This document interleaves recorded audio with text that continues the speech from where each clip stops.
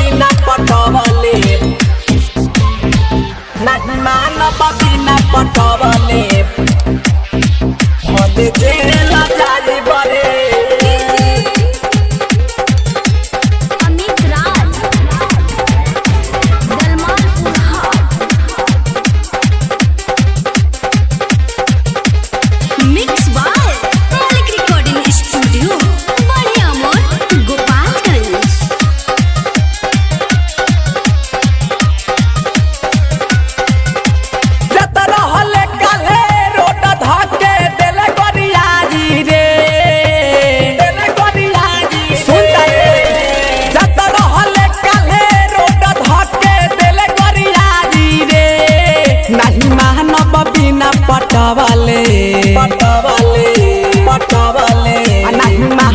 बिना पटवले भले जेल जाई बरे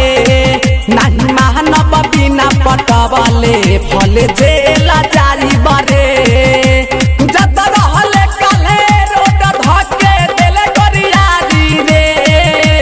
जत रहले काले रोड धके देले गरियारी रे नहीं मानव बिना पटवले बिना पटवले भले जेल जाई बरे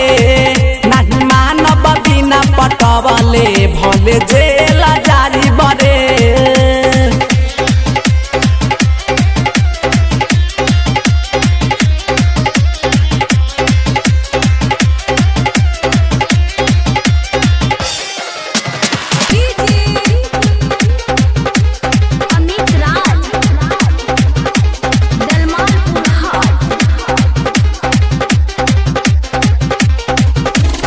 से बात कहनी तब गइले खिसियारी भारी के सामने ढिलेला त देखारी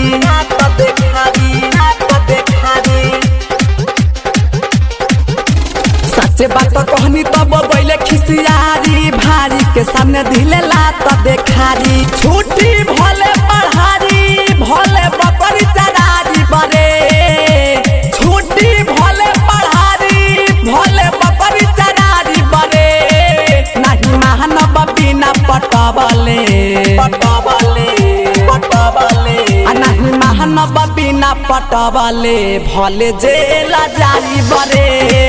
नहीं मानव बिना पटवले भले जेल जाई बरे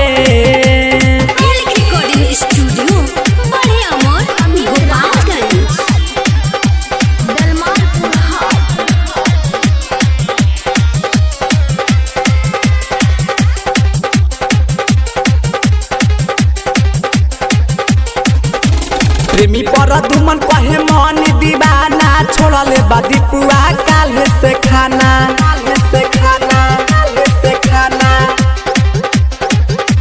हाँ हाँ प्रेमी पर दुमन कहे मन दीवाना छोड़ले बादी पुआ काल से खाना सोनू सिकंदर सोहरा कन्हैया भोज से बतारी बरे